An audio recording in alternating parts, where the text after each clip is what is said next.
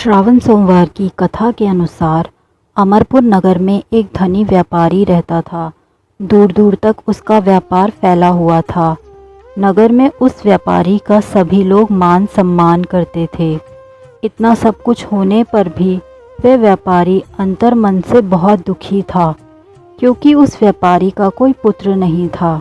दिन रात उसे एक ही चिंता सताती रहती थी, उसकी मृत्यु के बाद उसके इतने बड़े व्यापार और धन संपत्ति को कौन संभालेगा। पुत्र पाने की इच्छा से वह व्यापारी प्रति सोमवार भगवान शिव की व्रत पूजा किया करता था। सायंकाल को व्यापारी शिव मंदिर में जाकर भगवान शिव के सामने घी का दीपक जलाया करता था। उस व्यापारी की भक्ति देखकर एक दिन माता पार्वती ने भगवान शिव से कहा, हे प्राणनाथ, ये व्यापारी आपका सच्चा भक्त है। कितने दिनों से ये सोमवार का व्रत और पूजा नियमित कर रहा है। भगवान, आप इस व्यापारी की मनोकामना अवश्य पूर्ण करें। भगवान शिव ने मुस्कुराते हुए कहा, हे पार्वती, इस संसार में सबको उसके कर्म के अनुसार ही फल की प्राप्ति होती है। प्राणी जैसा कर्म करते हैं उन्हें वैसा ही फल प्राप्त होता है।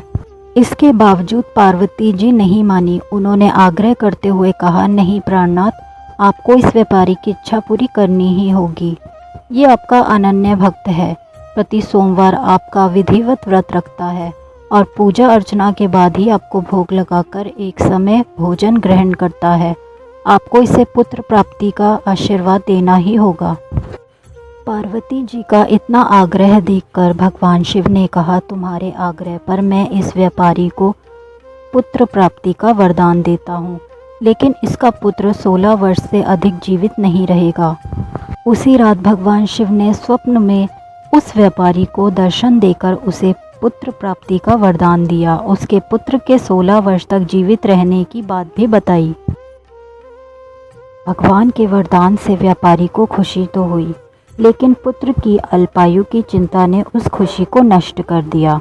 व्यापारी पहले की तरह सोमवार का विधिवत व्रत करता रहा। कुछ महीने पश्चात उसके घर अति सुंदर पुत्र उत्पन्न हुआ। पुत्र जन्म से व्यापारी के घर में खुशियां भर गई। बहुत धूमधाम से पुत्र जन्म का समारोह मनाया गया। व्यापारी को पुत्र जन्म की अधिक खुशी नहीं हुई, क्योंकि उसे पुत्र की अल्पायु के रहस्य का पता था। ये रहस्य घर में किसी को नहीं मालूम था। विद्वान ब्राह्मणों ने उस पुत्र का नाम अमर रखा। जब अमर 12 वर्ष का हुआ तो शिक्षा के लिए उसे वाराणसी भेजने का निश्चय हुआ। व्यापारी ने अमर के मामा दीपचंद को बुलाया और कहा कि अमर को शिक्षा प्राप्त करने के लिए वाराणसी छोड़ आओ। अमर अपने मामा के साथ शिक्षा प्राप्त करने के लिए चल दिया। रास्ते में जहाँ भी अमर और दीपचंद रात्रि विश्राम के लिए ठहरते, वहीं यज्ञ करते और ब्राह्मणों को भोजन कराते थे। लंबी यात्रा के बाद अमर और दीपचंद एक नगर में पहुँचे। उस नगर के राजा की कन्या की विवाह खुशी में पूरे नगर को सजाया गया था। निश्चित समय पर बारात आ गई, लेकिन वर का पिता अपने बेटे के एक आंख से काना होने के कारण बहुत चिंतित था। उसे इस बात का भय सता रहा था कि राजा को इस बात का पता चलने पर कहीं वह विवाह से इनकार न कर दे, इससे उसकी बदनामी होगी। वर के पिता ने अमर को देखा तो उसके मस्तिष्क में एक विचार आया। उसने सोचा, क्यों ना इस लड़के को दूल्हा बनाकर राजकुमारी से विवाह करा दूं। विवाह के बाद इसको धन देकर विदा कर दूंगा और राजकुमारी को अपने नगर में ले जाऊंगा। वर के पिता ने इसी संबंध में अमर और दीपचंद से बात की। दीपचंद ने धन मिलने और लालच में आकर वर के पिता की बात स्वीकार कर ली। अमर को दूल्हे के वस्त्र पहनाकर राजकुमारी चंद्रिका से विवाह करा दिया गया। राजा ने बहुत सा धन देकर राजकुमारी को विदा किया। अमर जब लौट रहा था तो सच नहीं छुपा सका और उसने राजकुमारी की ओढ़नी पे लिख दिया, राजकुमारी चंद्रिका, तुम्हारा विवाह तो मेरे साथ हुआ था। मैं तो वाराणसी में शिक्षा प्राप्त करने जा रहा हूँ। अब तुम्हें जिस नवयुवक की पत्नी बनना पड़ेगा वह कान्हा है। जब राजकुमारी ने अपनी ओढ़नी पे लिखा हुआ पढ़ा तो उसने कान्हे लड़के के साथ जाने से इनकार कर दिया। राजा ने सब बातें जानकर राजकुमारी को महल में रख लिया। उधर अमर अपने मामा दीपचंद के साथ वाराणसी पहुंच गया। अमर ने गुरुकुल में पढ़ना शुरू कर दिया। जब अमर की आयु 16 वर्ष पूरी हुई तो उसने एक यज्ञ किया। यज्ञ की समाप्ति पर ब्राह्मणों को भोजन कराया और खूब अन्न वस्त्र दान किए। रात को अमर अपने शयन कक्ष में सो गया। शिव के वरदान के अनुसार शयन अवस्था में ही अमर के प्राण पखेरु उड़ गए। सूर्योदय पर मामा अमर को मृत देखकर रोने पिटने लगा। आसपास के लोग भी एकत्र होकर दुख प्रकट करने लगे। मामा के रोने विलाप करने के स्वर समीप से गुजरते हुए भगवान शिव और माता पार्वती ने भी सुने।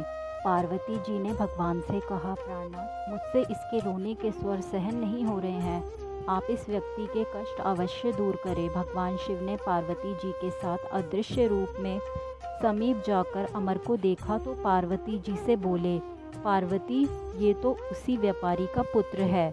मैंने इसे 16 वर्ष की आयु का वरदान दिया था, इसकी आयु तो पूरी हो गई।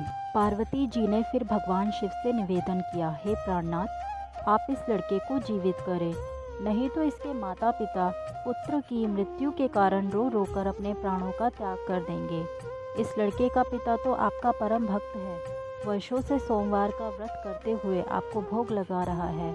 पार्वती जी के आग्रह पर भगवान शिव ने उस लड़के को जीवित होने का वरदान दिया और कुछ ही पल में वह जीवित होकर उठ बैठा। शिक्षा समाप्त करके अमर मामा के साथ अपने नगर की ओर चल दिया। दोनों चलते हुए उसी नगर में पहुँचे जहाँ अमर का विवाह हुआ था। उस नगर में भी अमर ने यज्ञ का आयोजन किया। समीप से गुजरते हुए नगर के राजा ने यज्ञ का आयोजन देखा। राजा ने अमर को तुरंत पहचान लिया। यज्ञ समाप्त होने पर राजा अमर और उसके मामा को महल में ले गया और कुछ दिन उन्हें महल में रखकर बहुत सा धन वस्त्र देकर राजकुमारी के साथ विदा किया। रास्ते में सुरक्षा के लिए राजा ने बहुत से सैनिकों को भी साथ भेजा। दीपचंद ने नगर में पहुंचते ही एक दूत को घर भेजकर अपने आगमन की सूचना भेजी। अपने बेटे अमर के जीवित वापस लौटने की सूचना से व्यापारी बहुत प्रसन्न हुआ। व्यापारी ने अपनी पत्नी के साथ स्वयं को एक कमरे में बंद कर रखा था। भूखे प्यासे रहकर व्यापारी और उसकी पत्नी बेटे की प्रतीक्षा कर रहे थे। उन्होंने प्रतिज्ञा कर रखी थी कि यदि उन्हें अपने बेटे की मृत्यु का समाचार मिला तो दोनों अपने प्राण त्याग देंगे। व्यापारी अपनी पत्नी और मित्रों के साथ नगर के द्वार पर पहुंचा। अपने बेटे के विवाह का समाचार सुनकर पुत्र वधू राजकुमारी चंद्रिका को देखकर उसकी खुशी का ठिकाना न रहा।